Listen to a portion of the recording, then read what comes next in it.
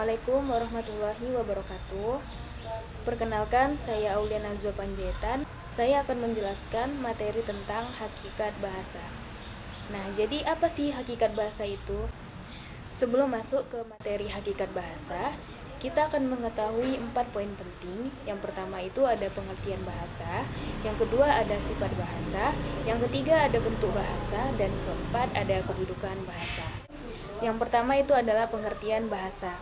Nah, bahasa merupakan salah satu alat komunikasi antara individu satu dengan lainnya dalam satu masyarakat dan berwujud suatu simbol bunyi yang diproduksi oleh alat ujar manusia. Baik, kita akan masuk yang kedua, yaitu sifat dari bahasa.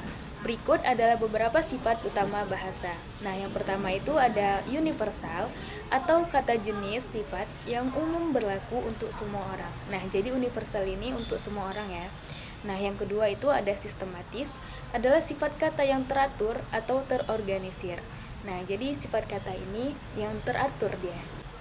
Nah, yang ketiga ada berstruktur. Jadi dia tertata dengan rapi.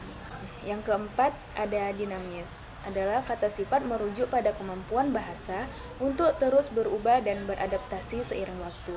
Yang kelima ada produktif, adalah kata sifat untuk menciptakan ide-ide baru melalui bahasa.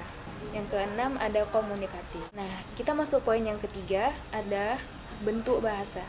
Nah, bentuk bahasa meliputi yang pertama itu ada bahasa lisan, bahasa yang langsung diucap melalui mulut manusia.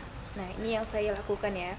Nah, yang kedua itu ada bahasa tulisan, bahasa yang dihasilkan dengan menggunakan tulisan yang unsur dasarnya adalah huruf. Yang ketiga ada bahasa isyarat. Nah, bahasa yang melakukan gerakan tangan, ekspresi wajah, seperti itu. Ada yang keempat itu ada bahasa gaul, adalah bahasa yang digunakan oleh kelompok tertentu dengan istilah khusus. Bahasa kode, bahasa yang digunakan untuk komunikasi rahasia atau konteks tertentu.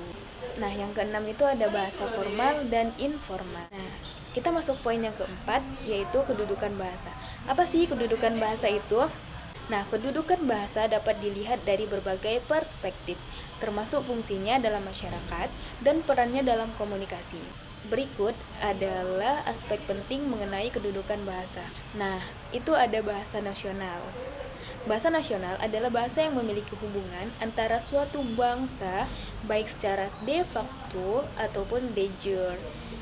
Fungsi bahasa nasional ini dirinci atas bagian. Yang pertama itu lambang kebanggaan kebangsaan Indonesia.